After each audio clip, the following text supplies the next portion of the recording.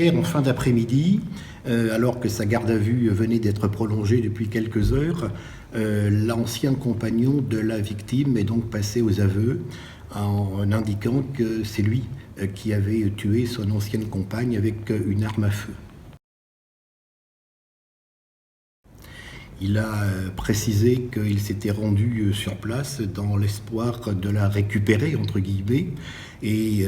pour l'intimider, pour reprendre son expression, il s'était rendu là-bas avec une arme. Il a ajouté qu'il n'avait pas l'intention de la tuer et que le coup serait parti tout seul, ce que les éléments du dossier tendent fortement à contredire. Il a également précisé, ce monsieur, aux gendarmes l'endroit où il s'était débarrassé de l'arme utilisée. À l'heure où je vous parle, donc l'arme n'a toujours pas été récupérée, mais les recherches se poursuivent activement pour pouvoir la récupérer. Actuellement, le téléphone grave danger, le TGD comme on l'appelle, est un outil préventif mis à la disposition de certaines victimes de violences conjugales dans un cadre qui reste pour le moment assez restreint puisqu'il faut au préalable que la victime ait obtenu du juge civil, du juge aux affaires familiales, une ordonnance de protection ou bien qu'elle ait des soupçons sur un auteur qui lui-même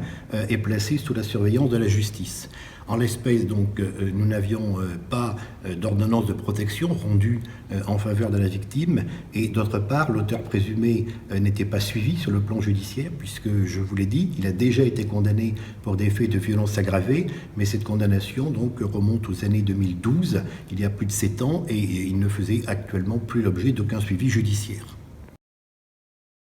Et après leur séparation, donc au printemps dernier, la victime était partie dans le département des Deux-Sèvres, donc où elle avait trouvé un emploi, et c'est la raison pour laquelle c'est la gendarmerie de Parthenay qui avait été saisie d'une plainte de sa part,